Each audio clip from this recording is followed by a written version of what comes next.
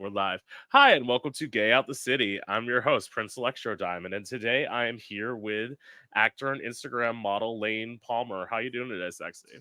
I'm doing great. I tried to go grocery shopping earlier, and that was a huge mistake because it's Super Bowl Sunday and people are crazy. So don't go grocery shopping if you're going to go out. This suit, yeah, I know, Super Bowl Sunday. Everyone's making such a big deal about it. I'm like, because here's the thing: the one thing that is like redeemable for gay people is halftime, and hmm so you chose Usher? It's like, I swear with the NFL, it's like every year they have like one good act, and then like the next year they have to just put in somebody who's like off kilter. Yeah. I'm like Usher.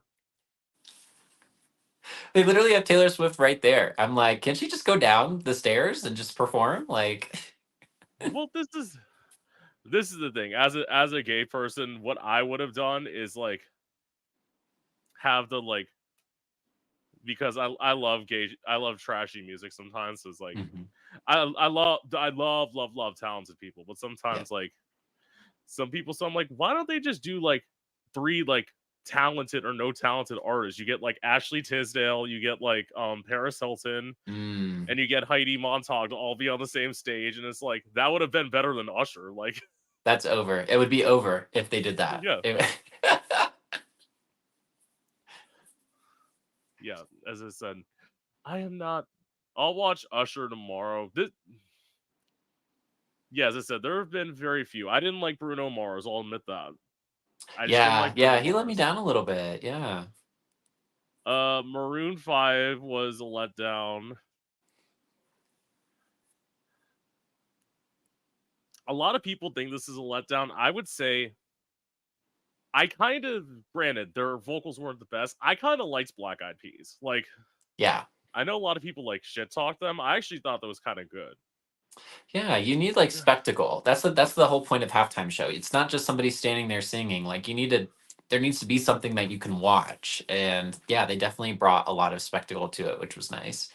Yes, work. So anyway, so where are you originally from?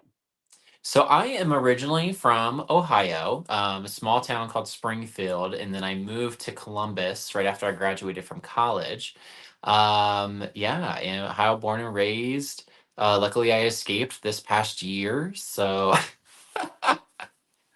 I'm Believe me, I'm looking to do that. Like, my thing is I'm born and raised Floridian. I am originally from like South Florida, about like an hour north of West Palm Beach, and then I lived in Orlando for 4 years. I had to come back, and then like now, as I say, I'm like I am so done with Florida. Like, I'm planning on moving to Detroit. So like, good. yeah, it's just like I'm a musician, man. Like I've got as I've said in every interview, I've got an album to put out. Mhm. Like, it literally, by the time I actually moved to Detroit, as I said, I have an album out. I'm gonna have the next album to like put out. No money to do. Well, yeah, man, I think there's something to say about like not only even just getting out of your hometown, but if you have the Yeah, ability to, like getting out of your home state because it challenges you and pushes you in ways that you never would have thought before. Because you basically you have to start over, right? You come, like you said, with all of these gifts and abilities, and now yeah, you have to like find a new friend group, find a new outlet in order to produce and get things done that you want to do. So I think it's a really great thing to do, honestly. yeah. And it's always like, granted, as I've always said, South Florida is a great place to come and visit. Like, Mhm. maybe stay here for like a weekend, maybe a week at most. But like in terms of like living here, I don't think it's a great place to live. Yeah. Yeah, and you gotta find a You place know? that feels like home. You know, you gotta be excited to come home, relax at home, do all that good stuff. Yeah, and it's like something about like Florida being part of the South. As I was explaining this to my best friend, and he looked at me, he's like, because I said like I always feel like I was born in the wrong place, but he's like, but you Mhm. can't control where you're born. I'm like, that doesn't mean that I can't believe that I was born in the wrong place. Like, Yeah. I mean, shit, I was the person who in high school, of course, you realize once you get a little bit older that sometimes it's unrealistic. My plan was, I'm like, I want to move to New York City. Mm. Unaffordable. Right. It's just like I was planning on moving to Atlanta before I decided on Detroit. Atlanta was affordable at one point, not anymore. Yeah, it's really sad how as artists like a lot of where the opportunity is not conducive to somebody who is making their own way, right? Like that was one of the things that I really struggled with as an actor because I knew starting out I wanted to be able to work during the day to be able to survive, pay my bills, and then I would do my craft, at night and on the weekends. Eventually, I'd love to do it full time, but I knew, especially coming right out of college, I needed to build up my repertoire. And you can't really do that in places like New York City or Los Angeles right off the bat. Like you have to kind of build up your stardom, as it were, in like kind of like a smaller, bigger city and then go to those places. Yes. LA. Mhm. Well, okay. I've expressed my opinion about on here about LA. My thing is LA is a great idea in theory. Yeah. It is a horrible idea in execution, but it's a great idea in theory because Mhm. it's like a place where you can go to become a star, but it's like you also have 8,000 people not telling you what they actually think of what you're doing. Yeah. And that's why I thought about moving to LA at one point. I'm like, no, I'm an East Coast bitch. I will literally be in LA 3 days and I'll never be invited to another party again to like get a chance to network because I'm not gonna sit there and be like, oh my god, babe, you're amazing when you can't sing a fucking note. Like, no, I'm gonna say like, who the fuck told you that you could do this? Like, I love that. This is why we get along. yes, it's called authentic. Like, Yeah. and here's the thing: even when you have talent, people tell you sometimes that you suck. It's like, but it's like if you're really, really bad,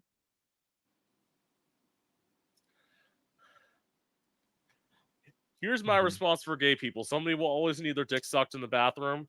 So like, if all else fails, Well, and that's the thing too. I think, I don't like this perception of like artists being good or being bad. It's like everybody has their audience, everybody has their niche. And I think one of the things that I really struggled with starting off as an artist is trying to form myself into the perfect actor, right? Like, okay, this is what's going to get me roles. I'm going to say yes to everything. I'm going to do everything. And what really separates you from everybody else is your own individuality, is what you yeah, say no to, right? yeah, And so that's why it's super important that you maintain that sense of self because that's what's going to draw people to you. It's not trying to fit that cookie cutter, whatever it is people think that they want from you. that is. I mean, you do have that point. Like when you think about musicians, I think about like you have your traditional like Mariah Careys, but then you have like your Bjorks who are more like not necessarily like she's not known for like having the most amazing voice, which her like style is so like eclectic that like it's actually she can sing. It's just she doesn't sing in like that traditional like diva way. And that's also Hmm. like okay, as you're saying, like not being the traditional actor, Hmm. it's like let me put you probably like the way that you look. You probably get cast a lot of times, or you feel that you should have been cast as like boy next door, but you don't always want to play those roles. Exactly. Exactly. Yeah. And I mean, think about just like even going to like somebody, we were talking about like musicians earlier, Yeah. like Lady Gaga, who's performed at the Super Bowl, like how scrutinized she was when she first came out, right? Like she had a Yes. very distinct style. And I think it was really like our generation who embraced her, growing up in like high school, middle Absolutely. school, because I feel like a lot of adults were kind of just pushing her aside and saying, "What is this weirdo doing?" You know what I mean? And we're like, "No, like we get it. We want this, right? Like we totally understand what she's doing." Yes, I love that. Gaga's my favorite musician, like Hmm. literally of all time. Yeah. So yes, Amazing. I totally get Gaga. It's like Mm. everyone's like always the thing is to always compare people. That's the one thing that I like about queer people. It's like even when I come out, you can argue that some of my aesthetics are similar to Adore Delano, but like Mhm. we're both we're both different. But it's like Yeah. you always, at least, and this is Gaga in me as well. It's like having that like rock edge to things because it's like that's what I'd argue Gaga was. It's like, yeah, she made these like traditional cookie cutter songs, and you have some of those, but like on this out when I describe like my sound, I call it electro pop rock and B because it's literally like there's a little bit of electronic, a little bit of rock, a little bit of pop, a little bit of R and B. It all just depends on like how I was feeling when I was writing that song and when I was like hearing a beat that I made, and it's like sometimes I wanted to be like more like in your face with like a rock edge, and then sometimes I just wanted to like sing with like a little bit more soul. It's like Yeah. it's beautiful. No, So I think you bring up a good point of putting yourself into your work, right? Because most of the time, especially as like artists, like you could be singing a song that somebody else wrote, or I'm yeah, acting in a play that somebody else wrote, and I'm trying to inhabit this character. And if you don't put your own flair, your own taste into what you're doing, you're not you're not performing, right? Because none of you is in what you're doing. And so that's why it's super important again to know your style, know your uniqueness. So that way, when you go into doing something that may not have necessarily been made with you in mind, you now have made it your own. yes, exactly. So what was it like for you growing up as a kid? So growing up as a kid, I grew up in a very conservative Christian household. And so, and especially from like the ages of 10 to 20, I would say that I followed what I believed my faith to be to a T, right? Like the one thing that I did not want to be called was like a hypocrite because I was like, I want to live this, I want to breathe this. And so, yeah, I would go to church every Sunday. I would volunteer. I would do all this stuff. And as someone who's like been a Christian for some time, eventually you do begin to have doubts. And one of the things that the church tries to tell you when you have these doubts is to continue praying, continue reading the Bible, go to church, like get more involved because you're having these doubts because like the devil is affecting you, right? And I was like, instead of trying to continue to keep burning myself and burning myself out with all this religion, why don't I look at counter arguments? Why don't I look at other religions?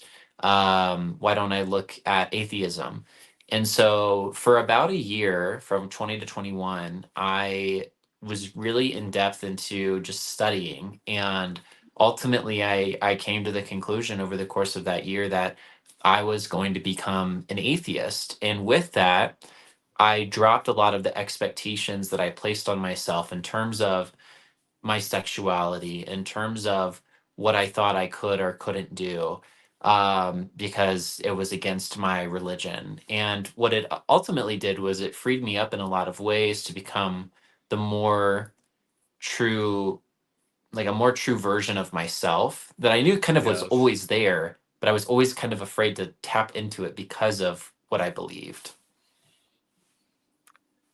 Story of my own heart. Like literally that it's because I was raised Catholic and like well, part of like you said from 10 to 20, I did stop Mhm. going to church at 20, but it's like there was there was a few things with my coming out, which is actually my next question, that kind of like affected that. Mhm. So it's like So we'll get into it in a second. So what was it like for you coming out?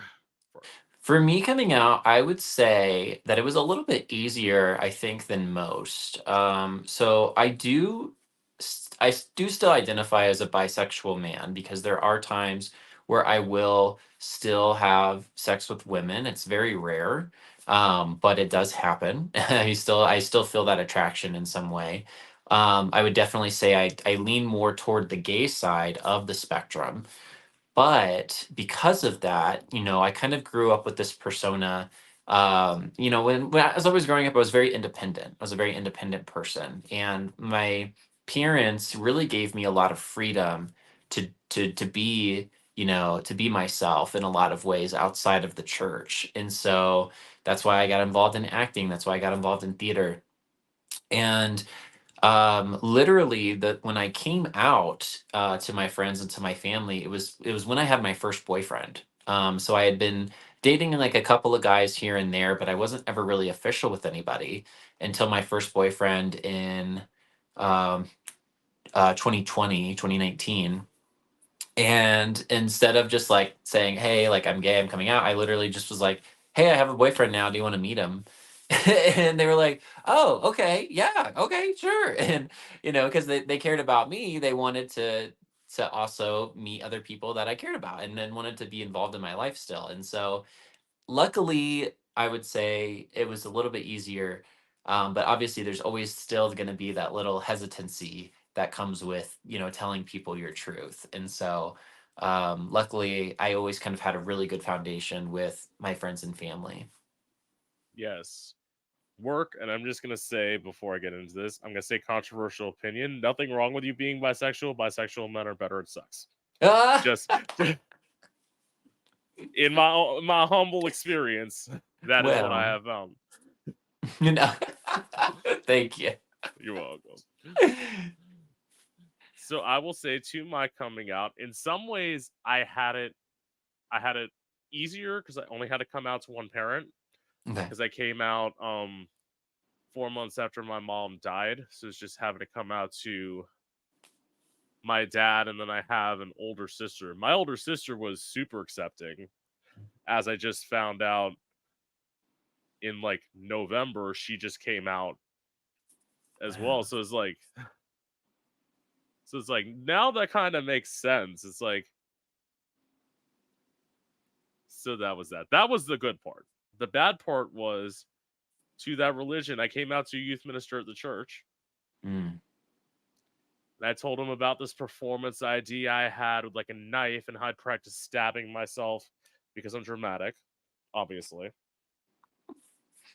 And he left the room. He came back in about 10 minutes later. He said, "Okay, you have one of two options. Either you're coming with me or I'm calling the cops." oh my gosh.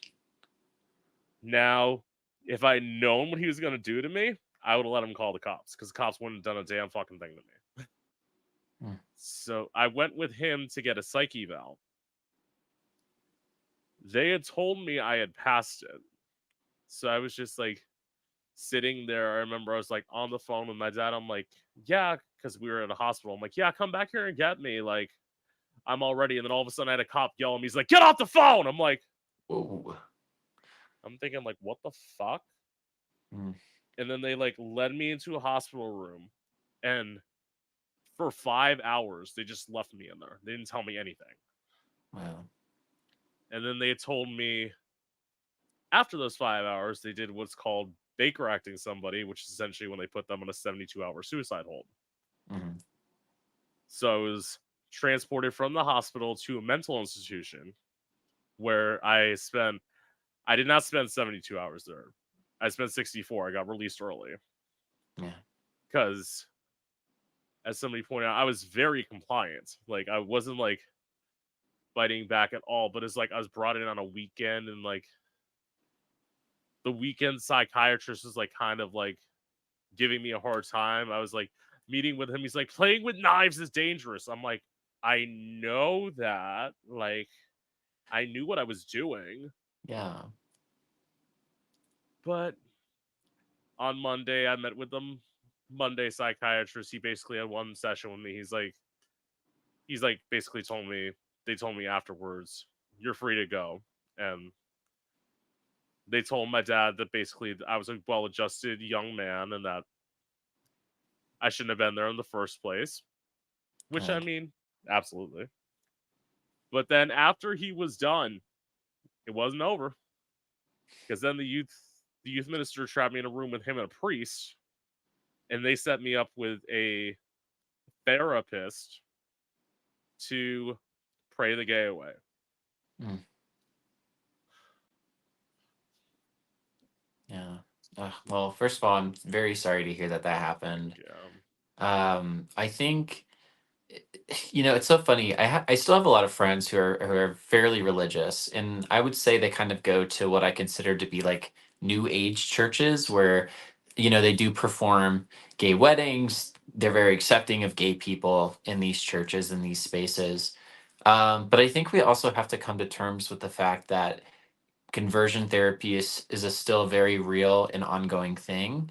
Mm-hmm. um, there still is a lot of negativity and self harm and self doubt when it comes to especially younger children, teenagers that grow up in the church, in other spaces, and so I think as the LGBTQ plus community, like we have to do a better job of really calling this out when we see it. And it's not even that, I don't even think it's a thing where we have to attack religion. We just have to attack the practice of putting others down for their sexuality.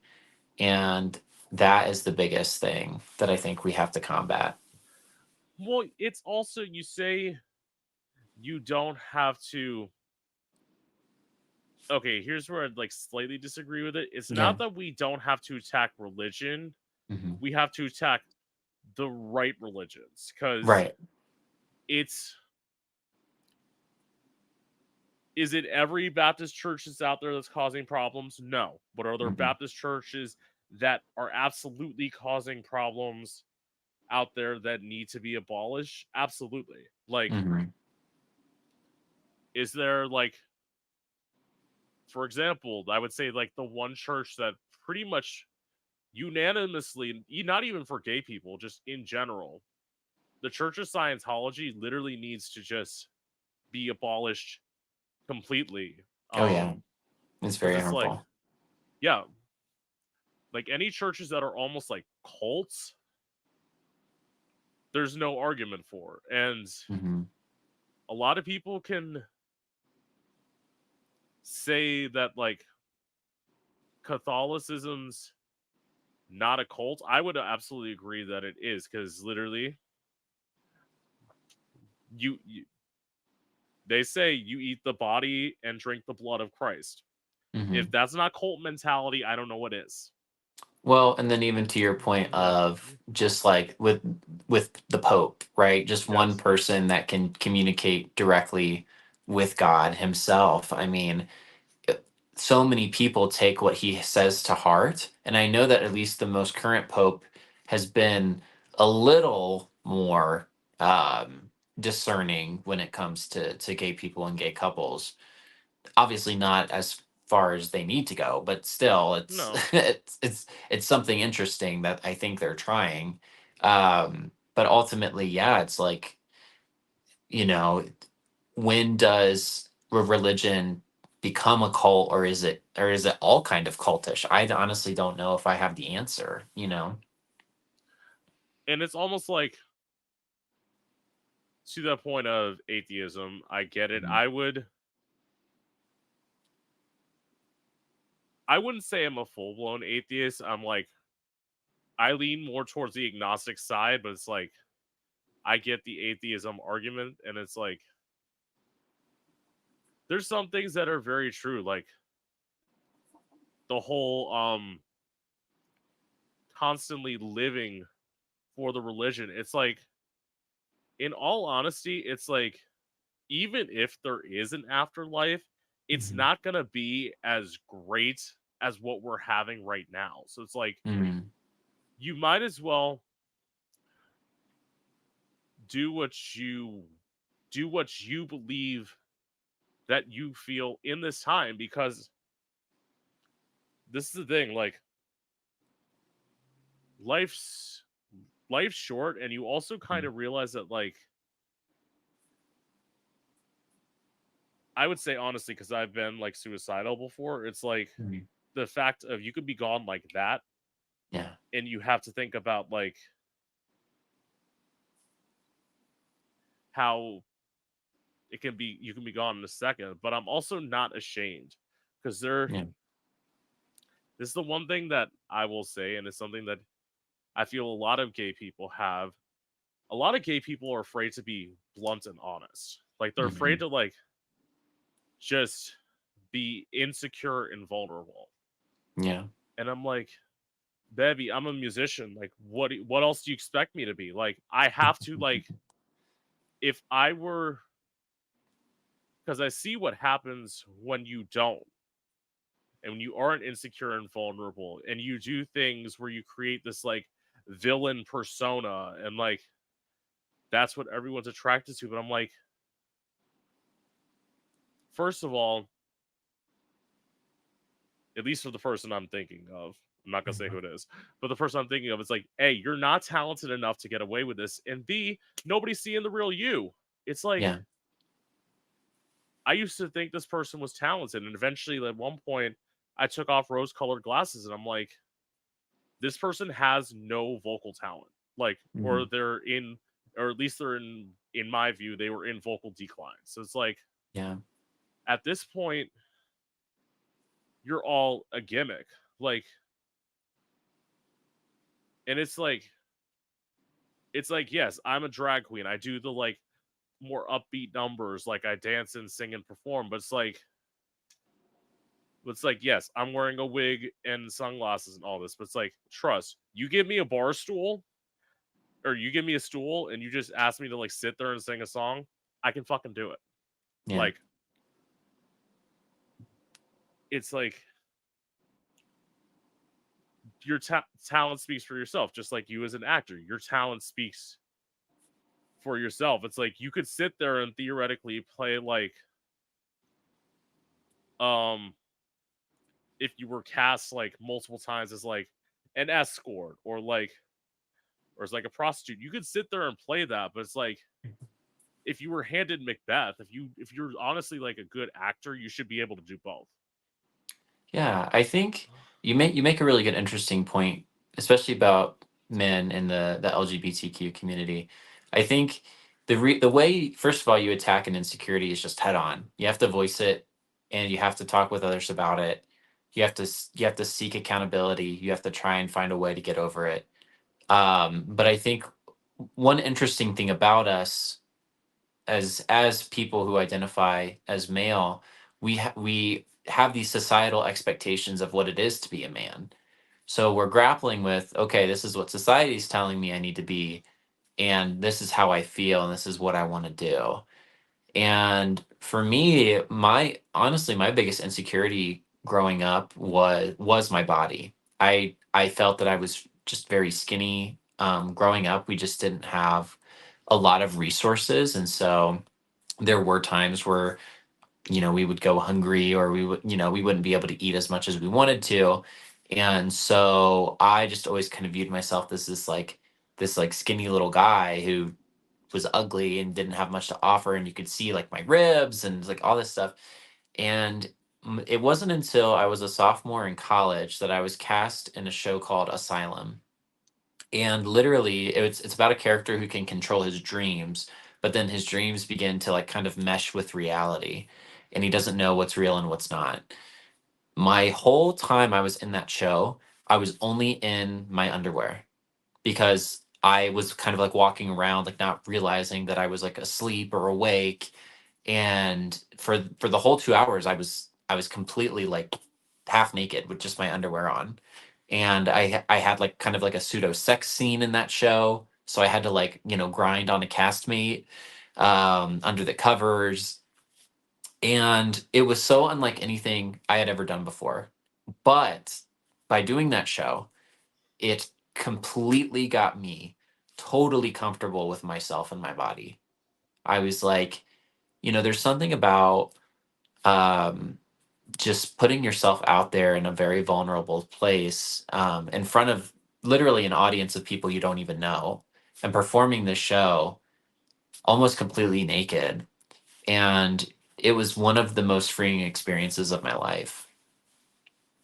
Yeah, I can completely understand that. Like, as I dress in drag now, I'm half naked. Like, Yeah. literally, I wear bodysuits and t-shirt dresses, and like underneath, I wear like a thong like set on top of each other, so it's like all of that. And Mm. I remember it was like a few weeks ago.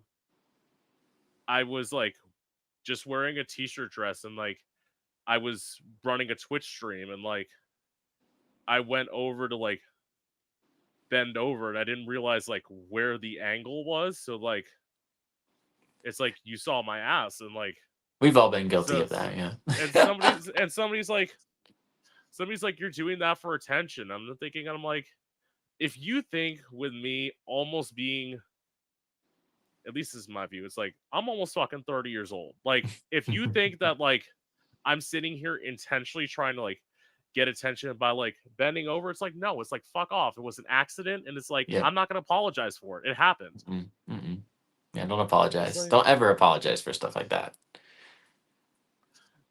and somebody said, it's like, I had somebody say this like beautiful thing. It's like, you just entertain them. And if you bless them with some form of entertainment, it's fine. I'm like, that is so beautiful. I love that. Mm, mm-hmm. It's like unintentionally, like, yeah, it's like, I don't know. I'm unapologetic, as I said, like being suicidal before. It's like when people want you to apologize for stuff, it's like, listen, I thought I was gonna be dead by now. So it's like whatever fucking decisions that I make them. And like, Yeah.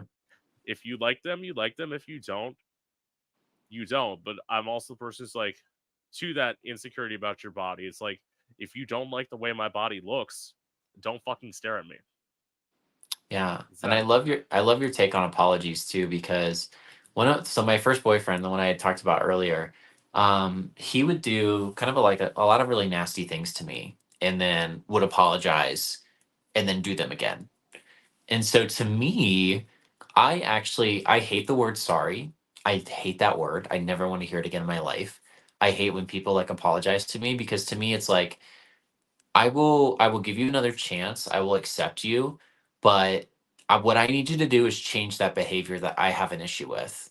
Like if like I don't need you to say sorry. Like I get that you're probably sorry. I need you to change the issue that I had with you. You know what I mean? Or else your sorry means nothing to me.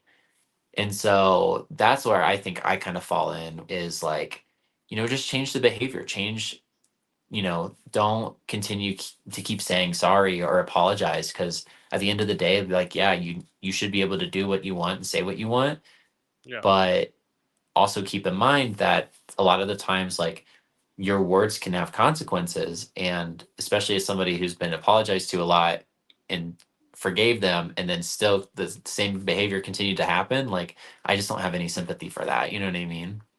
So it's almost like when you point out to somebody like that they do something wrong, you'd want Mhm. them to say like, instead of saying like I'm sorry, be like, what do I? It's weird to think this, but it's like, what do I need to change, or what would you like to see me improve? Yeah, yeah, and to give like a specific example, like with my first boyfriend, one of the things he would do often is, he would have insecurities about whether or not I actually wanted to be with him. So the way that he would approach it was, he's like, "Oh, like, do you even love me? Do you even care about me? Do you even want to be with me?" And I'm like, like, why do you do that? And he's like, well, I want to have like a further discussion because I have insecurities about you actually wanting to be with me. And I'm like, okay, I get that. I get that we all have insecurities. I get that you want to talk about it. I was like, asking me a yes or no question on whether or not I love you is not the way to do that. You can say things like, hey, I'm feeling really insecure right now. Can we talk about this? Or, hey, like, this is how I'm feeling. Like, open it up that way. Cause then when you attack me with a yes or no question, then I feel kind of like I'm being put on trial. right? Like at that point, this isn't a conversation. This is me answering your question. Yeah, it's almost like I'm just trying to think. I'm actually, as someone who's had insecurities, I don't think I've ever Mhm. been that insecure. I have them like because that to me is like, especially when you have like the most like stunning, beautiful, like I would describe as like Adonis looking person telling you like, because I had a friend who was like this, who's like, do I need? He asked me, he's like, do I need filler? I'm like, I am not answering this fucking question. Like, you already know the answer. You like, it's I'm like, you are literally one of my hottest friends. Like, Oh. I'm not like sitting there like, and I'm not engaging in you saying that you need filler and lip plumping. No, I'm not engaging in this conversation. Like, Mhm. I am that kind of person who will like shut that down. And I'm also like,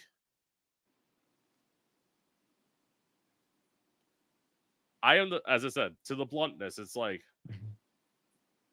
when I had one of my fans who's like also a musician, like approached me and was like, they took like a photo and they're like, should I delete this as my profile picture?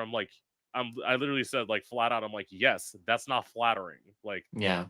you're a bigger person. You have to know how to shoot yourself. And like, Mhm. I very much learned that. The thing is, in some ways, I give it to bigger people who are shorter because I am fucking tall as fuck. Like, literally, I'm 6'3". Like, I'm just, it's like how I like can balance things. It's like I know what my angles are, but it's like I can do more of like a traditional model shot in like Mhm. photos and like have to just like only on the like waist slimmer apps move my waist just a little bit in to make it look better. But it's like Mhm. that's the advantage of being tall. Like, Right. is that you're able to look better. But it's like, yes, you see people and it's like what you have to go through is like, and again, this is me getting older. It's like not me thinking that somebody who's skinny automatically my first thought used to be, it's not this way anymore. Oh, Mhm. that person's a bitch. Like Mm. literally just casting them aside from the beginning. Is there some people where it's like no, I have a reason to think that you're a bitch. There's something about your Mm. aura that like says that, but you can't just say like skinny person bitch. Like, Yeah. No, you can't. Yeah, exactly. You can't paint with a broad stroke. And when somebody comes to you with those questions, right? It's like it's not like you're attacking the person.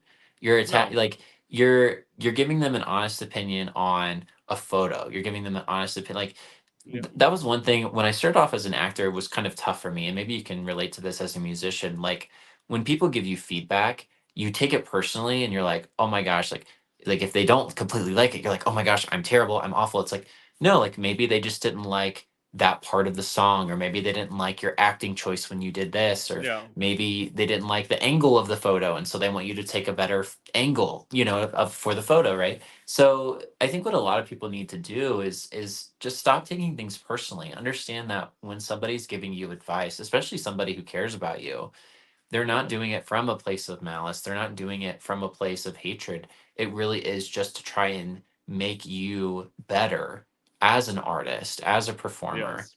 So, See, I get that. I had a little bit of time like that. mhm, And then eventually I went to the way of I am now, which is basically like, fuck you, I'm right, you're wrong. Like, yeah. and what was it? It was my drag sister. I was having this conversation with her where she's like, okay, so if you want to, because I don't perform much, it's like Mhm, around here, which is why I want to leave Florida. It's like, yeah. she's like, okay, if you want to perform around here, you have to lip sync and you have to wear a gown. And I literally went, I'm like, why the fuck would I do that? That's not me. That's Yeah. y'all. like there's a reason why I have like a broader scope and like why I could survive outside of Florida because it's like this area, same five queens get booked everywhere, Yep. and it's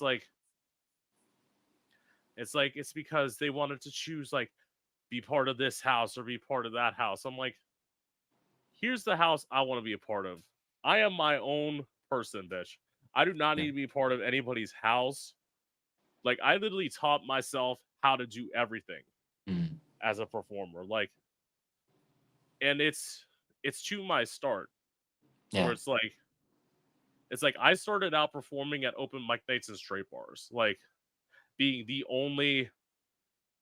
only like queer like drag acts out there. It's like I had to learn how to fucking work a room, and it's like why in terms of like being able to work a room, I can do that because like when you have to sit there and you already know that half the audience isn't on your side just because Hmm. you're different, Hmm. and being like, oh, let me show you. Like you may be here for the same acoustic sets, boring acoustic sets, but it's like it. I mean, don't get me wrong, I love acoustic, but it's like 1, 2 is fine. When you got Mhm. 5 or 6 guys all sitting out there trying to be like fucking John Mayer, like no, no, No, well, and that's great. I think that's great that you're getting at because honestly, like you do strike me as someone who is a more Midwest queen because it's much more accepted out there. Like to yeah, me, all the queens that I knew, at least from Columbus, like they weren't a part of houses. They didn't all wear the same thing. That was yeah, what was so great about the Columbus scene was like it was so vast. It was such a variety, and like you could go and you could get grunge, you could get pageantry if that's what you wanted, but it yeah, all like you didn't have to always do one thing. And so I think to your point, it's like, yeah, you got to get away from spaces that continue to really prop up a lot of these stereotypical things, because then you're going to lose your voice because you just can't reach anybody because no one's giving you that chance. You know what I mean? yeah. Absolutely. It's why like I look at who is it just to bring in like Drag Race. You look at somebody like Diabetti. I loved Hmm. Diabetti in season 14 because like she was so like she was more like grungy and like androgynous and didn't mind like wearing things that were more like masculine and drag. And it's like I kind of love that Yeah. instead of being like the pretty like that's my thing too. Gaga being my favorite artist. Hmm. Somebody quoted they're like quoted that Gaga said like she's like I'm never gonna be Britney Spears. I'm not that pretty, and it's like that's that's how you have to be. And it's like Hmm. granted, I'm not gonna say anything. I love Britney. Yeah. I love Madonna. I love all this, but it's like Hmm. there's something about like not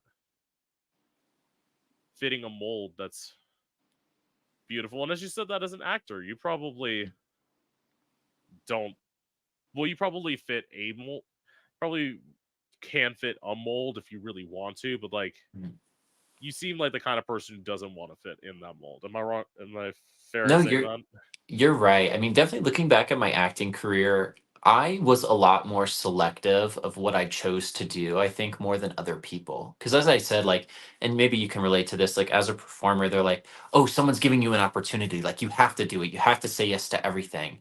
And for me, I very much starting out got cast a lot in the kind of like the romantic, like you said, kind of like boy next door role, Yeah. and I just wasn't having fun with it. It was like I wanted to do comedy. I wanted to do like crazy stuff. Like I wanted my like the play Asylum, like my character had like a mental breakdown at one point. That was some of the most fun I'd ever had in my life because I was just so unhinged, right?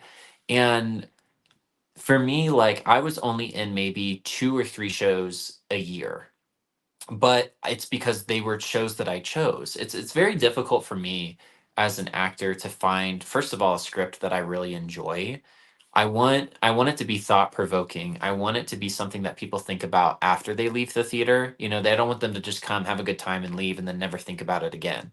Like I still have people reach out to me to this day and they're like, "Oh my gosh, that play that you were in like a few years ago, I'm still like thinking about that monologue that you did. It was so good." I'm like, "Thank you so much." Like that's the thing. Like as an artist, you have to be intentional with your craft because if Mhm. you say yes to everything, you're gonna lose yourself. You're gonna burn yourself out, and you can't do that to yourself. Yeah, and it's also why like okay, and I know I've got other questions here, but I'll ask you this. So it's like in some ways, at least from what I'm hearing, you sound like you'd be more of like you're more of someone who like loves the theater and would love to stay in like theater versus somebody who wants to become like a movie actor.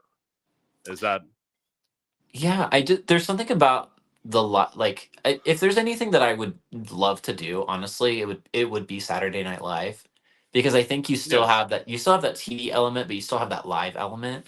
Yes. Um, and of course you can speak to this. Getting that live energy from the audience in the moment is Yeah. just something you can't replicate in television or film. Don't get me wrong, like I've definitely done some minor things for like a little film cameo here or like TV cameo there. But nothing like kind of extraordinary or big. I wasn't like a main character or anything. But you do it in several takes, Yeah. and it's like the magic just isn't there as much for me. No. I get that a lot of people like to watch stuff back. I hate watching myself. I hate watching myself. It's like one of the things I'm like I cannot watch myself. So that's also kind of another problem. No, because then you start like nitpicking the things that go Mhm. wrong. I get it. Like Yeah. that's why when I watch myself, I look like I'm like, that note could have been better. But it's like I also love that live thing. And to your point, or at least to what I'm gonna make, in terms of like Hollywood actors, it's like I heard who was it? I think it was Emily Blunt talk about like when she was on Howard Stern, how she had to like basically she was offered to do like Black Widow, but she had to turn it Mm. down because she was contractually obligated to do Gulliver's Travels. And I'm like, that goes to your point where it's like at that point you have to say yes to that because it's like you're under contract. We're like Yeah. that to me it seems like it's like yes, I understand. People love movies. We have to make movies because people love to watch them. But it's like with that, it's like, man, you're so like contractually obligated. It's why like I think it was like in my like mid 20s I realized I'm like I don't seek fame. Yeah. And it's like because I hear what happens when you do. It's like you have to sit there and if you're signed to a record label, they're going to be like, I want you to work with these six producers, so you owe us all this money back when you're done at the end of your album process. It's like, Mhm. why would I work with six producers when I can make the beats myself? Like, it's like, yes, will I have to like fundraise my own money? It's like, yes, but it's like, if I have to escort to make my music videos happen, I might do it. Well, and to your point, I mean, I think there's something to be said about you owning your own journey. I think a lot of the time when we try to look for opportunities when it involves contracts, when it involves, somebody else kind of coming in and taking ownership of something, again, you lose that essential part of like you putting your all into it, right? Because now Yes, you're only putting a little bit of yourself into it, and then they're taking it over and doing the rest. And it's not a bad thing. I don't think you know it's necessarily inherently wrong, but a lot of things on the outside can be done for the wrong reasons. And then you're involved, and now you're like, oh my gosh, like what's going on? This right. isn't what I thought I was signing up for. Yeah. So Okay, actually, I guess I'll rephrase this question. So it's like, Mhm. what made you want to move to Denver? Yeah, so the reason I moved ultimately is because I got a new job, and so I am a flight attendant now. And with that, it can be a little bit more challenging to continue to be an actor, do things. But I'm slowly getting into the process of like being able to manage my schedule a little bit better now. Yeah, I've only been in Denver for about 5 months, but I was feeling very stagnant in Columbus. I was feeling very complacent. I had kind of reached the peak of what I could achieve there as an actor, as a career-minded person. And, now I was kind of like, what's next? Because I knew I needed to get out of Columbus in order to push myself further yeah, as a person. And so that's when my friend came with an opportunity. He was like, "Yeah, look into being a flight attendant. I do it. It's amazing. It's so fun." I'd always wanted to travel more. And so it just really kind of fell into my lap at the right place and the right time. yeah. See, I mean, I get that. Literally, the person, as I was telling you, I'm just doing another interview today. The person I'm interviewing is also a flight attendant. So, like, I Yeah. understand that, like, unpredictability of, like, how you're on call all the time. Like, I get that. To me, Yeah. I, I don't know. As I say, I have the, like, easy, I would say I have one of the easiest, like, corporate jobs you can have, but it's like, at the same time, I love having Monday through Friday. Like, it sucks Yeah. when you have to, like, do shit, but it's like,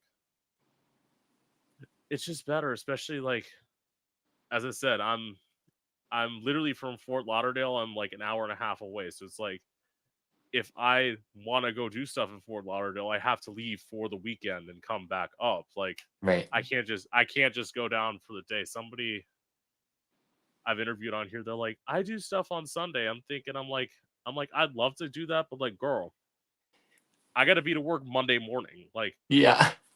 I can't like come down Sunday night and leave Monday morning. Like, Yeah, I think that was the thing that was the most difficult to get adjusted to, especially like when you want to hang out with friends now too, right? yeah, Most of my days off are in the week now. I usually work mostly weekends, and it can be hard. But what I would say is, um, I do like the job. I like being able to go places I never would have ever gone before in my life.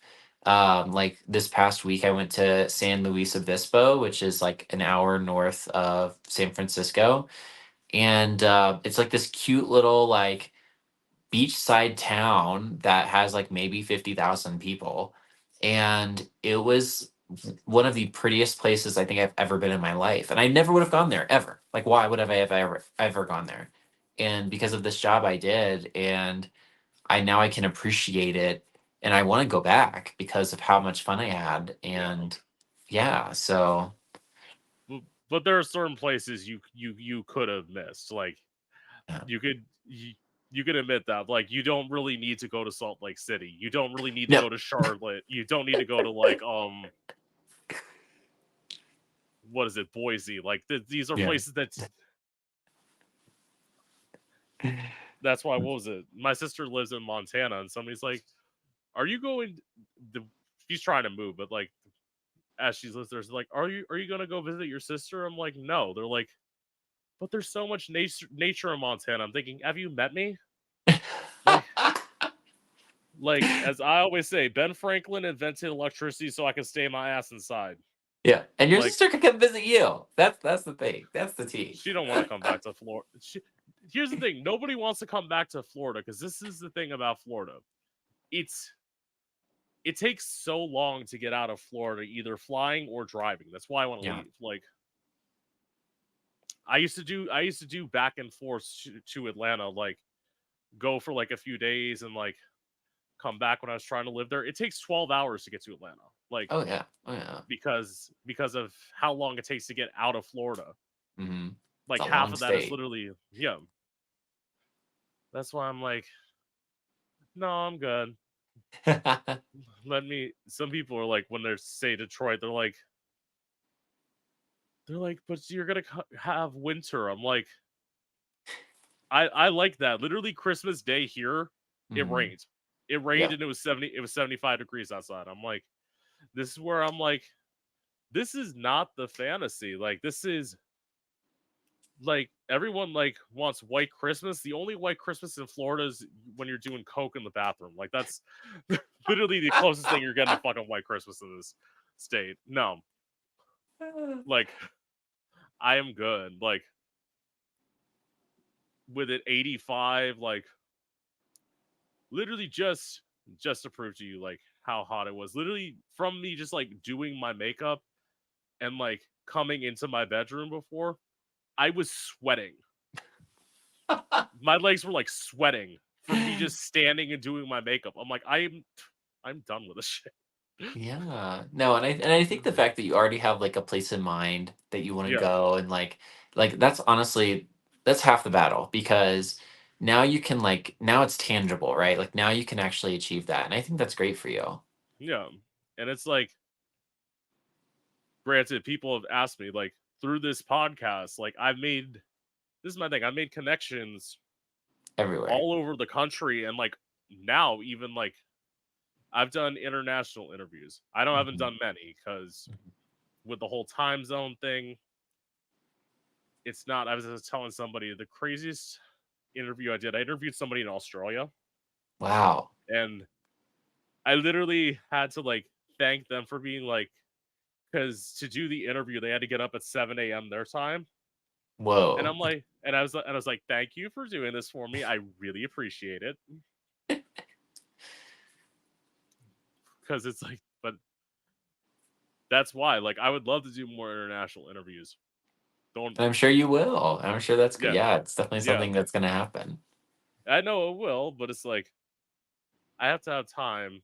By the way, if Grinder or Sniffies is seeing this, I will gladly take a sponsorship so that I can stop working a regular job.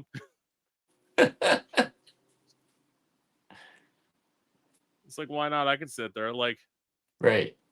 literally, I don't even know what Snippy's catchphrases is, but it's like live free, go fuck in the woods, Sniffies. That's a good catchphrase.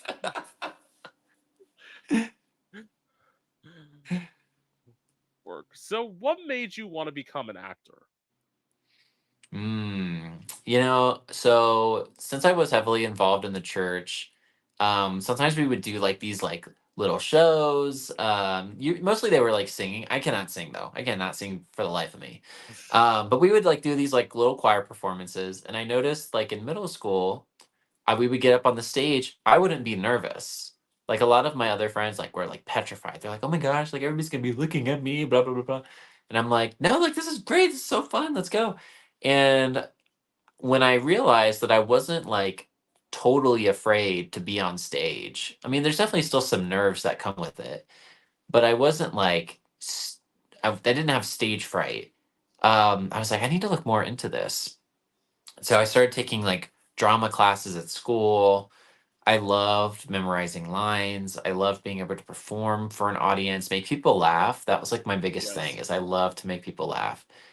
And yeah, eventually it just kind of kept going and going. And I had a drama teacher in high school, and she actually was the drama teacher for John Legend because me and John Legend went to the same high school. And she was Wow. like, Lane, you have like a gift, and you should go for it. Because at first I was going to go to college to be like a psychiatrist or psychologist, and I was like, I'm gonna do acting, and so that's what I did instead.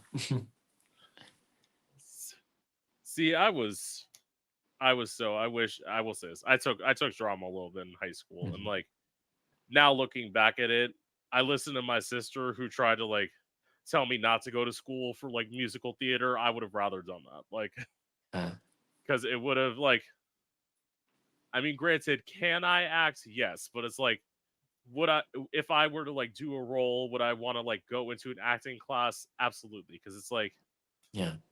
I can do it, but I don't want to like listen.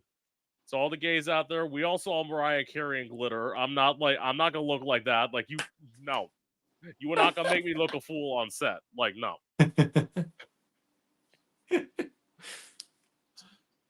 But it's like, yeah. So what made me want to become? Well, this thing I've been singing since I was like, at least from what I can remember, like 5 years old, and like Oh, in terms of, I was always the person in choir, especially in high school. I was also the person who always getting in trouble in choir because like everybody else would like sing properly and I'd slide all my notes because in my mind I thought I was Christina Aguilera, still kind of do, but it's like do those runs, yes. yes, that's how I do things. It's like I remember the choir teacher always staring at me like I'm like I'm sorry because this is my thing. It's like again being a tall ass bitch. I my voice projects like Yeah. that's why anyone who thinks like those people who like hold the microphone like right here when they're singing, my microphone's like here because it's like if I hold the microphone right there, I'm gonna bust your eardrums. Like, Right. It's gonna be too loud. and that's why who is it? Some of my like favorite divas do that. One of them is I love Anastasia. Like Anastasia has says like I think it was like after she got breast cancer the first time, and somebody's like the chemo stuff affected her voice, and she's like, no, this is great. Now I won't sit here and have to like I won't break as many microphones. I'm like I'm thinking I'm like, yes. I love that. I love when because this is the thing, when everyone wants to be like, how can you tell if somebody's lip syncing? If they have a headset mic and their microphone's right there, they ain't singing. Cover that mouth, yeah. Like that's why people like Britney Spears is singing live here. I'm like, no, she's not. No, It's like no. you can like I've heard Britney sing. It's like, but you can clearly hear where the track is, and it's like I do when you hear something and it's like obviously a for me it's like when it's obviously a studio track. Yeah. I'm like come on, y'all couldn't even record something with like the fake breaths in there to make it look like Yeah. real. Or You're like, gonna hey Dallas, how's it going? You know, something. Do something. yeah, like the see going back to the Super Bowl, like everyone's like Britney Spears said she would never perform again after leaving her conservatorship. I'm like, y'all could convince her to do Super Bowl because it's Right. one performance. Hmm. You rehearse for a few months, you do the 12-minute performance, you're done. I'm Right. pretty sure you can convince Britney Spears to do that. Like, Oh, I'm sure. I'm sure. I'm like, y'all convinced Rihanna to do that, or like last year. And she was pregnant. Yeah. I'm like, that would be. I hear how much pressure that, but that's also a lot of pressure. I hear that, and I'm like, Yeah. that's also it's like, because my thing is, I would love that idea, but it's like, I'd be like, I'm gonna get in trouble for swearing. Like, I actually, actually, to the point of performing in the straight bars, actually, well, I didn't get in trouble. I got told not to do something. Mm. So one week I had like ended my set by going motherfucker and then like going into a dance break. And then the following week the owner came up to me as I was sitting down on my table and she's like, "Yeah, there's old people in the audience this week. Don't do that." Oh, I'm thinking I'm at a bar. I'm not allowed to fucking swear at a bar, seriously? right. They know. They know what they're signing up for. They did that and then there's like a comedian that had like this joke about like a stripper sliding down the stripper pole with her pussy. And they're like, yeah, don't do that joke either. I'm like, what are we gonna do? Like, you're telling us that we can't do shit? Like, what the fuck are these people supposed to see? Like, Yeah, they're in a bar. What did you say? We're not in church right now. exactly. It's like, that's why I'm like, again, being an electronic act among acoustic sets. It's like, yeah, I'm gonna sit there and scream, like, how the fuck you doing tonight, Orlando? Like, yeah, I have to wake these people up. They're gonna fall asleep after I'm done anyway. Like, Right. might as well wake them up and be like ball of energy. But I'm like, you know what? Fine. I won't swear. I'll be calm.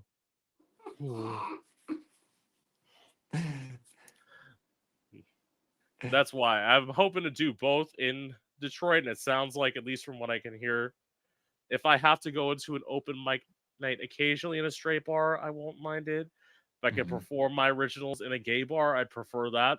Right. It's like I won't get in as much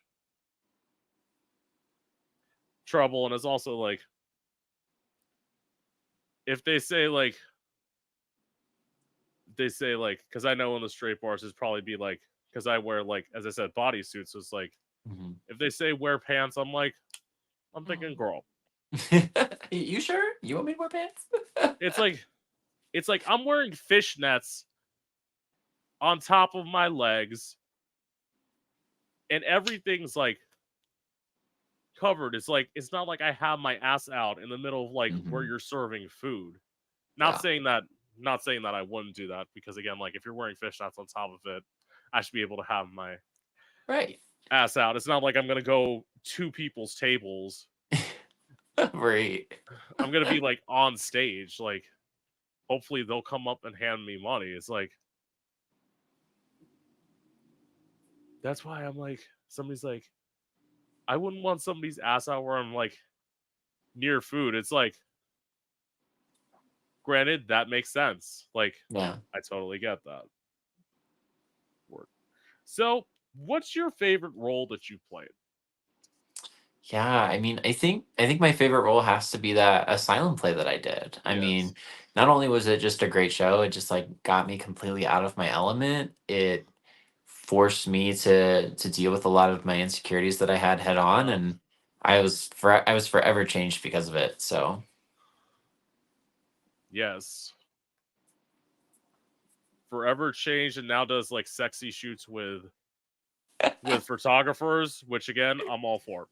thank you. You're welcome.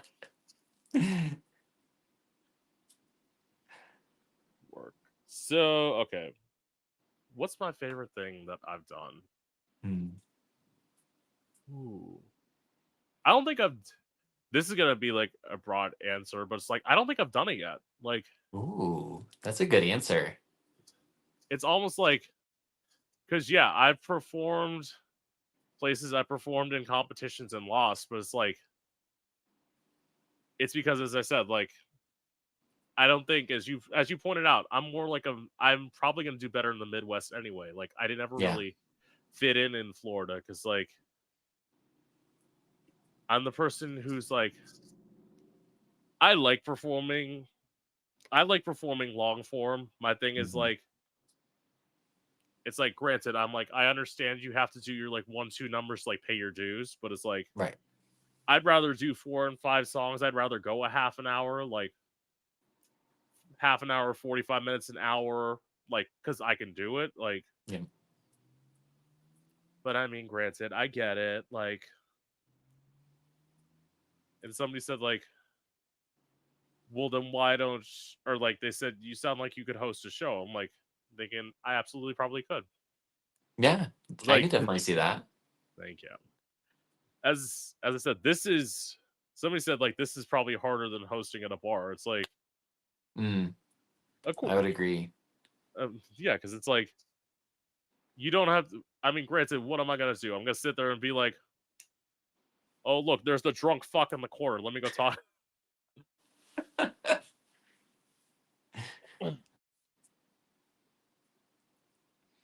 Work. So, okay, so what made you want to get into modeling? Ooh, that's a good question. Yeah. So when my Instagram started back, I started doing Instagram like probably my freshman year of college. And it was mostly just like landscape shots. I think my stuff was like lane photography or something like that. Like I would travel, go to Yeah. places, landscape shots. And that's really how I started to build a following up until I think I got to about 1,000 followers. And then once I got there, I noticed that a lot of my landscape shots weren't getting as much traction as they used to. And so then I started kind of posting like, personal photos of myself. Yeah. And it would get sometimes double, sometimes triple the likes that my landscape photos would get. So I'm like, maybe I need to pivot the account now to like show more of me, like, post some of my my little skits on here that I did, like, this was Yes. before TikTok.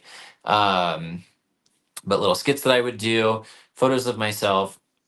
What was interesting was I didn't start actually shooting with professional photographers until probably like 2017, 2018. So I was already out of college by this point. So a lot of the photos that you see on my Instagram up until maybe the early 2020s were all photos that I did of myself. I would like just Yes. I would have a stand, I would take a photo, and I liked doing that because I knew what I wanted. I would put on a timer, all that good stuff. And I noticed Yes. that when I had my first shoot, I was very scared because I had never done anything like that before. I didn't let anybody else take photos of me. So the way that I started to approach it was I would tell the photographer, I said, treat me as if you're a director and I'm an actor. Like, tell me where to go, tell me where to stand, tell me how to look, what's the emotion, right? And so that actually makes me feel a lot more better now about taking photos with Yeah. photographers because now they can direct me. Whereas before, I think they thought I was coming in like already with like kind of this model mindset in mind. And I'm like, no, like I'm an actor. Like I'm not, I wouldn't say that I'm a model. Like I like taking photos, but most of the time I just like doing it to kind of help them build their vision and their portfolio. Yeah. And I just get some sexy photos out of it. So Yes. Well, okay, I am gonna ask you because I am curious. Like, I'm probably gonna end up having him shoot my album cover. So yeah. I'm gonna ask you about this. So what is it like working with Joshua J. Steele? I love Joshua. Yeah. He was one of the first photographers. He wasn't the first, but he was like maybe the Yeah. second or the third photographer who ever did photos of me. He was stopping through Columbus on the way to another photo shoot, and he had seen my Instagram. It was like, "Hey, like I really like your Insta. Would it be okay if I came over and did some photos?" And I was like, "Yeah, sure, that's totally fine." So we did like a home photo shoot at my apartment at the time. Um, Yeah. I was mostly just in like a jock strap, but like kind of playing video games, kind of like just like meandering about my apartment and doing these kind of like still shots. We did a couple of shots like where I was like laying down in my bed. And we just like there was just such a fun chemistry. Like Josh always does a great job of like really not only like talking you through what he wants for the shot, but just like Yeah. also just like checking in on you, making sure that you feel comfortable and okay. And so we like became like really good friends. And it wasn't until a few weeks ago that I actually had a layover in Louisville, and I was like, "Hey, like we need to connect, we need to hang out." Yeah. And we ended up doing another shoot kind of like in the hotel that I was staying at. And again, it was just such a blast. Like he's such a professional, he has such a clear vision. I love his work, and I'm super happy to see like his stuff taking off because like back Yeah. when we first connected, he was very much new to the professional photography scene, and to see like everybody he's shot with now, it's like it's been amazing to see how far he's come. So I'm glad Yeah. I'm happy to be like one of the first people that he let kind of be on his SD card and his camera. So Yes. As I said, like I am someone like I get that. I have never done a photo shoot before, but it's like if I'm gonna make an album, I yeah, clearly well, this is the thing. He said like when I interviewed with him, and it's like he wants someone who doesn't mind having a vision. I'm yeah, like, trust, this is my album. I already have a vision of what I want to do. All I need you to do is basically like be able to like work with me to like put my vision out there. Like, yeah. so would you ever consider doing OnlyFans? So, oh, I hope I don't get in trouble for this. So, um, I may have done it in the past. No, I used to. I used to. I don't do it anymore, sadly. But back in 2021, and I think in even in 2022, because there was a bit of time where I had stopped and then I restarted again. I did OnlyFans. So because of like I just feel very comfortable with myself. I'm a very like sex Yeah. positive person. I Yes. think there's still unfortunately kind of like a negative stigma when it comes to people who do OnlyFans. But to be honest with you, like a lot of the people that I collaborated with were like were doctors, were like CEOs. And what was funny was like so on their like Twitter and things like that, like they would never show their face. Like you would have to actually subscribe in order to like see who they were. Um, I was never someone who wanted to do that. I was like, this is me. This is who I am always. But now that I kind of have this career, what I don't want to happen is like the company that I work for, I won't say who they are. They're very strict on like social media guidelines. And they're like, like if we find something on your social media that we don't agree with or that we don't like you can get in trouble for that. And so that's kind of ultimately why I decided to take that step back because Yeah. I didn't want it to affect my job. I don't think it should affect my job, to be honest with you. I think it's a little Of course unfair that not. they kind of expect that. But for the time being, like that's kind of why I paused. Right. But I would always have such a blast. I love collaborations. I love the people that I worked with.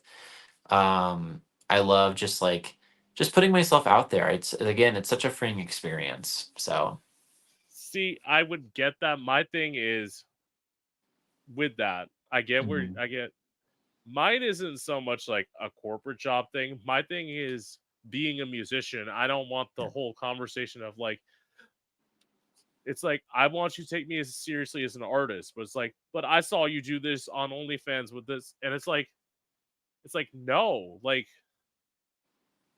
it's almost like why should I have to prove to you yep, that I'm talented just because you saw me do something? Like I'm very much for that. It's like shit, like my view literally on escorting and doing all that stuff. mhm, It's like I've done it before because it's like I don't actively like seek people trying to give yeah, me money, but if you're gonna give me money, I'm gonna take it. Like right, it's like you're yeah. offering me money, absolutely. It's like Yeah, and I hope eventually that that conversation does change and that stigma is taken down because it really hinders a lot of people who I know that would be more open to doing it too. Because I know that there's a lot of people who really want to do it, but because of like you said the mindset of people who do it, like it's just such a stigma, and I'm like there doesn't need to be one. I can still be a yeah, professional and still want to share myself. You know what I mean? yeah, and it's like first of all, it's like yeah, it's literally like a second form of income, and it's like Mhm. that's the only way you can get people to pay for. We're gonna say like erotic stories, porn, but it's like Mhm. that's the only way you can get people to pay for shit because it's like nobody wants to pay for studios. I wouldn't want to pay for studios either. Right. It's like I sit here and have to pay you like $40 every like month to subscribe. Like, Mm-mm. No. girl, it's 2024. Like, ain't nobody Right. got that kind of money. Like, work. So, what's your dating life been like? Ooh, so my dating life right now is kind of a little chaotic in terms of I've gone on a few dates with some guys, and ultimately the reason I think they kind of back out is because they don't like my schedule as a flight attendant. They kind of want somebody more who's like your typical 9 to 5. I can be at home with them at the end of the day, every day. And I don't hold that against them. Like I definitely can understand the ideal relationship of like wanting somebody to be there when you get home because I'm Right, gone sometimes 3 4 days out of the week on a right. trip. But I think but like you said, like because I'm a new flight attendant, that's just what my Yeah, schedule is like starting out. yeah, It's not going to be that way forever. And so eventually I'm going to have a lot more control over when I fly and where I fly. Um, it's just that I'm kind of like in the trenches right now of just trying to like, do the job.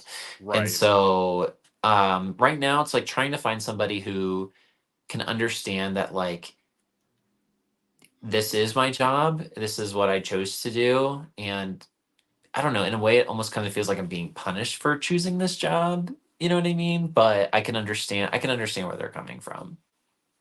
See, I get it. Like mine is also complicated, but simply because of the fact that like my friends with benefits, we've been having sex for years, all that. We Mhm. like are very like there are definitely like love romantic feelings there, but it's like Right. his whole thing is he's like he's like but his whole thing is like I know you want to move to Detroit and Mm, he wants to stay in Florida and I'm thinking I'm like cuz he wants to move to Orlando. I'm thinking, "Girl, th- this is the thing. Again, I lived there for 4 years. So it's like yeah. I know and especially like Orlando now for as like big of a city it is, there are 3 gay bars in Orlando. That's it. Mhm, mhm. And they're all like spread out. So there's not like a gay district. So I'm thinking I'm like you're going to go to the parks, you're going to theme parks, you're going to go to like those 3 bars and then like eventually you're just going to end up moving to Detroit with me anyway. So like why would you just like of- I'm not sure if he thinks that cuz he's like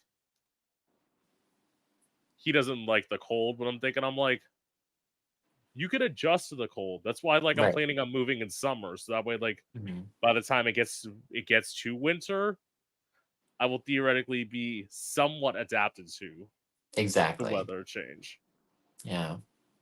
Yeah. And so and then again, I can understand that frustration too. It's like ultimately like yeah, you're probably like you're not going to be happy where you think you're going to go. So why not Yeah, just be know like that you're going to be happy with me? yeah. And so, yeah.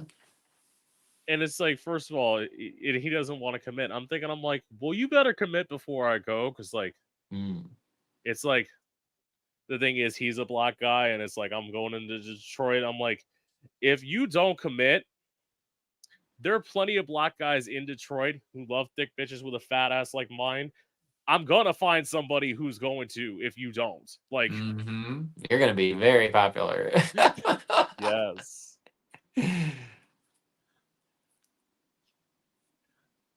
I do. That's why somebody's like, what was it? Even my dad pointed out because I'm living at home, and Mhm. he's like, so you're gonna be the token white of the neighborhood? I'm thinking, I'm like, I don't fucking care about that. Like, it's like I was when I was in Orlando. I lived in the middle of the hood because that's where I could afford to get an apartment. Like, Exactly. there's nothing wrong with that. Right. Yeah. So, what's your relationship to drugs and alcohol? Good question. So I don't do any drugs. Ultimately because also my job, like they drug test a lot. And they have to, right? Because obviously you're working on airplanes. You don't want to make sure somebody's not on something when that happens. I do drink, but it's very sporadically. Yeah. Usually I only have maybe 2 to 4 drinks a week, and it's only socially. So for me, it's like, yeah, I only want to do it socially because I want to be around other people when I drink. But yeah, I never really drink on my own, so. Yeah. Hmm. I'm trying to think. Oh, well, I guess why they could drug test you, but I'm thinking, I'm like, you ain't the one flying the plane. Why does it matter if you're on drugs or not? Like, Yeah, I think it's just they wanna make sure that, like, if something happens, like, you're in your full mental capacity in order to deal with an yeah, emergency, and I get yeah. that. So yeah, so. I mean, my thing is like, I don't do drugs. I mean, granted, the job that I work, I know people who are literally come to work like high every day. Mhm, Even though like they discourage it. Like this is how absurd. So I work for a call center, so mhm. it's like you allow people to bring in their vapes every day, but I'm not allowed to bring in my cell phone. Right. Like that's the kind of job I work for because they're like, oh, you're gonna take people's credit card information when they're taking payments. I'm thinking, I'm like, if No. I kn- if I knew how, I'm thinking like most of these motherfuckers can't pay their bills on time. Like, you think that's who I'm gonna steal money from?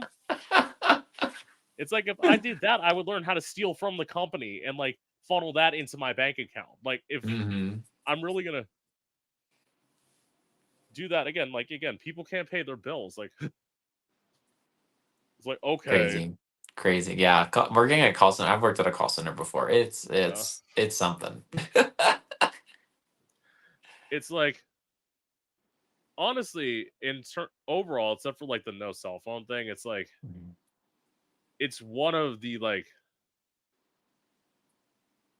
favorite jobs that I've had. Yeah.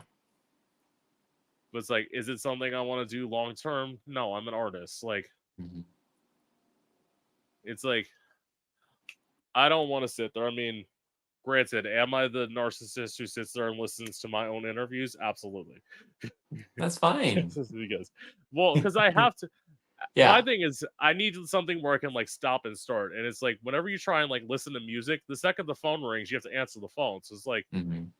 you can't really like get into the song, especially when you're like grooving, and then all of a sudden like the beat's about to drop, and that's when the phone rings. It's like, there's no point in listening to music. Like, Exactly. you know. So, what are your thoughts on how the LGBT community is being treated today? Ugh.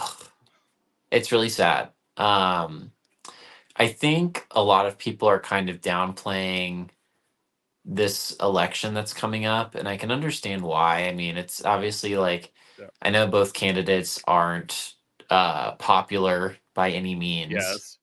Um, but I think we now know the Supreme Court wants to overturn the gay marriage decision and leave it back up to the states, kind of like what's going on with Roe v. Wade. That's their next thing. Now, I think the Republicans are smart in not doing that until after the election, because that decision won't be made until after whoever wins this next election will win. Yeah. Um, if Trump wins, we will see gay marriage go away nationwide. I know that for a fact. And what's really frustrating about that is I have a lot of gay friends who are Republicans, and I'm mostly somebody who operates under the pretense that you can vote and you can believe in whatever you want to believe. Um, Right. and I respect that. But when it comes to voting for somebody who you know is blatantly going to take away potentially my right to get married if I'm in the wrong state, where does that leave us? You know what I mean? Like, are you truly an ally or a friend of the community if you knowingly vote for somebody who's going to take that right away? And I get there's a lot of other things that people vote for. It's not just about Right. gay marriage, it's not just about one issue or another. But this is a pretty substantial issue. I mean, it's been a precedent for obviously a few years now, but obviously what we've seen with Roe v. Wade, things can get taken away that we thought were going to stay forever. Yeah. And we need to be diligent as a community to rise up against people who want to further take our rights away from us rather than just kind of being blasé about it and being like, oh, well, whatever happens, happens. It doesn't matter anyway. Yeah. I mean, first of all, to that point, it's like, yes, gay marriage is important, but let's get real. Mm. If the Republicans are elected, we're not going to be able to afford to get married anyway because the economy is That's going to go true. to shit. So it's like, Yeah. it's like you could take away all the gay marriage you want. Like, I ain't gonna be able to fucking afford to get one anyway. So like, I know. Some people are like, no, but it's important. Look, Mhm. I get it, Yeah. but I would say you're right. There's now, it's because people think that there's only two choices, and I think part Hmm. of that comes down to the media, Yep. who's simply making it be like it's gonna be Trump or Biden. But it's like if you look into people like Marianne Williamson, it's like she wants to actually fight for the common person. She wants to like find a way to give reparations for slavery, not in a way of just like giving people money, but it's like putting into infrastructure. And I'm like, Yep. that's someone who like we need to look at, but they won't give her any national news because they're like, it has to be Joe Biden. Yep. It's like it's literally it's like the race of the old mans. It's like or the old mans, old men. Yeah. It's like why are we gonna elect people who are like gonna be dead by the time Mm. they get to the end of their term? Like mess. Yeah. And to my final question, what's the biggest misconception about you? Ooh, biggest misconception about me. I love that question.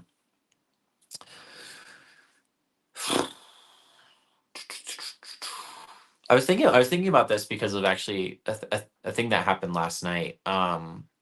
So I am somebody who kind of feels a little uncomfortable sometimes in gay spaces. I was at a gay bar and they kind of had like this like big dance party that was going on. Um, and I was meeting some friends there, and they had introduced me to like some of their friends, and we were all kind of like just dancing, having a good time, whatever. And I think the biggest misconception about me is that I really like only like think about sex, or like sex is all that I want or that I think about. And I can get why people think that, especially from the photos that I post, the videos that I post, and like obviously, like I said, I had done OnlyFans in the past. Yeah. But I'm somebody who likes a connection. Like I want to be able to like know somebody. I want to be friends with people. I want to be there for people.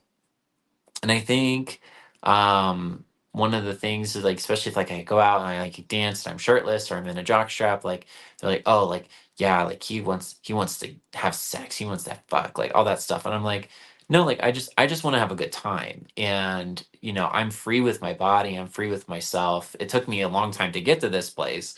Yeah. But now that I'm here, it's like that's not the only thing that's on my mind. I want a genuine connection. I want to be there to support people. And so it goes back to I had posted kind of a video the other day about, well, it was like back at the beginning of the year about my 2023.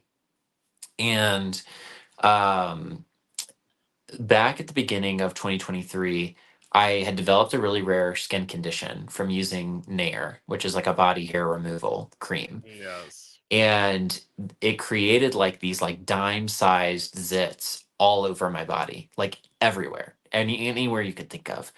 And they did a biopsy. I went to a bunch of doctors and dermatologists. They could not figure out what was going on.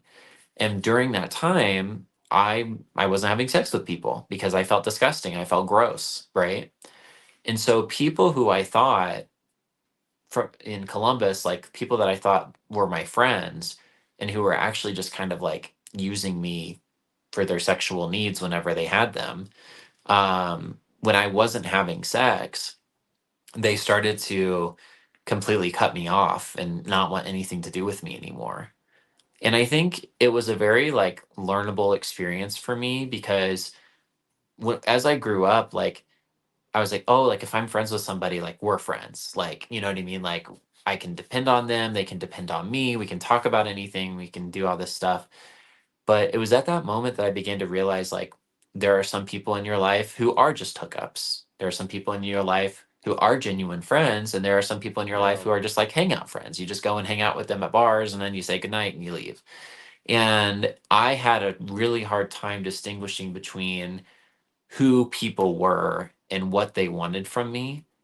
And it was like a good way for me to learn like, oh, like not everybody treats me the same, and I need to be able to differentiate who's actually in my life because they want to know me genuinely as a friend, and who just wants to hook up. And I don't have problems with hookups, like that's fine.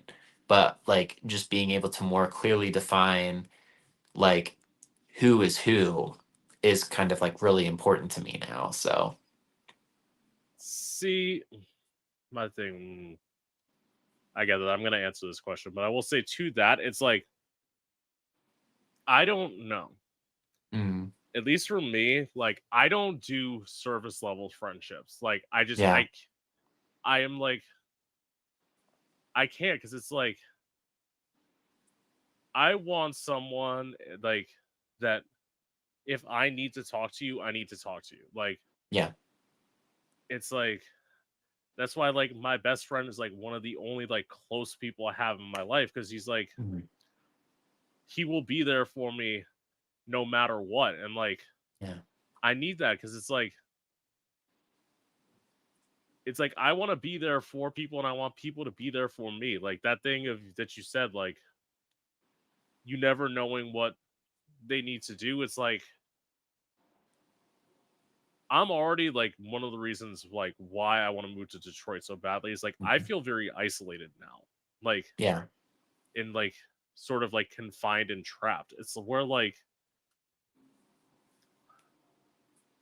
It's like I try not to think about it, but when I do think about it, it makes me a little bit sad because Mm. it's like I get to see all these people like constantly like living their lives. Like you're out there like traveling around all that, and it's like I'm sitting here interviewing people on like shows and all this stuff, and like I'm living at home, and like when I hear that in my mind, I'm like, this sounds insane. Like why you're doing all this, and like everybody else is basically like living their lives, and your life's like at a standstill. Mm. And it's like that's why I said like once I cross that threshold of being 30, I'm gonna basically gonna be like, bye Florida. It's like I need out.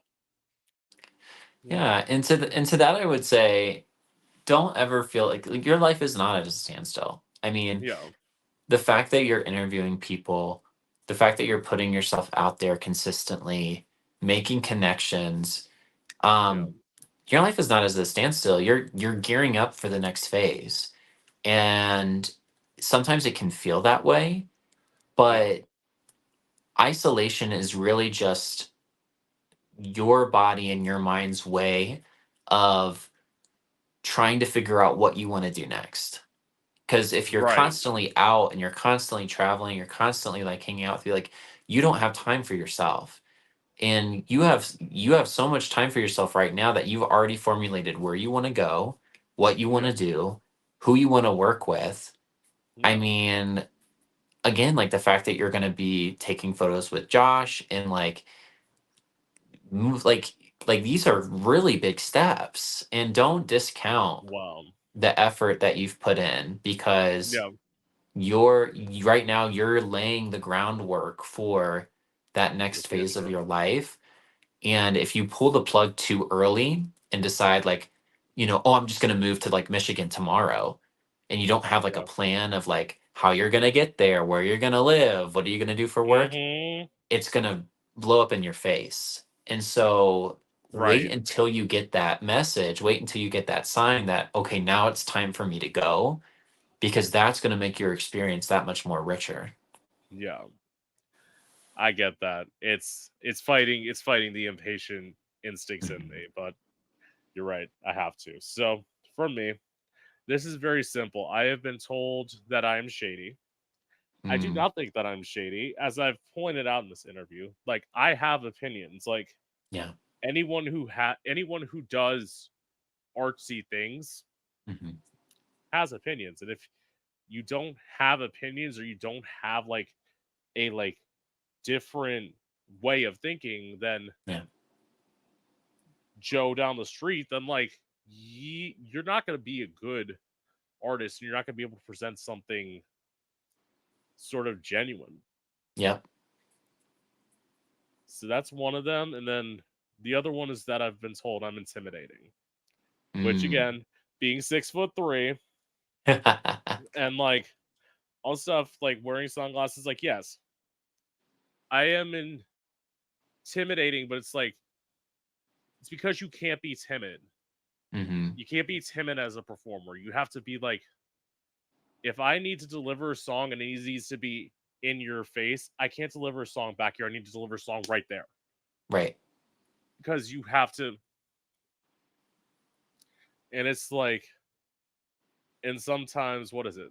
To my song Confession that's gonna be on my album that Mm. I'm releasing this year. Literally, I say in the song, When I came out, I said I was bi. You told me bury homo feelings inside. Said I need to find a woman to hitch. Don't even matter if I'm attracted to the bitch. And it's like that's a little Oh, bit that's a little bit intense, but it's like I love it.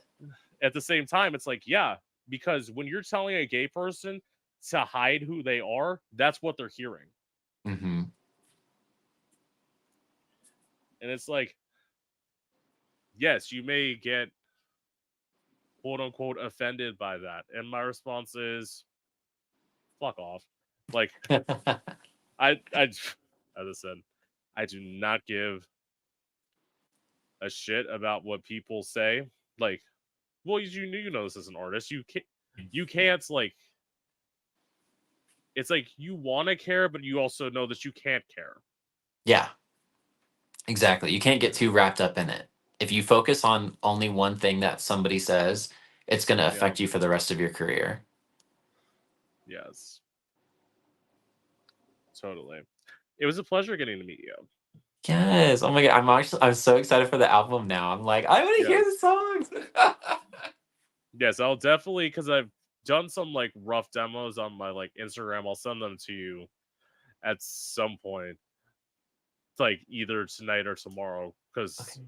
it's gonna be crazy. Anyway, Yeah. with that being said, this is Gay Out the City. I'm your host, Prince Electra Diamond, and I hope you've enjoyed.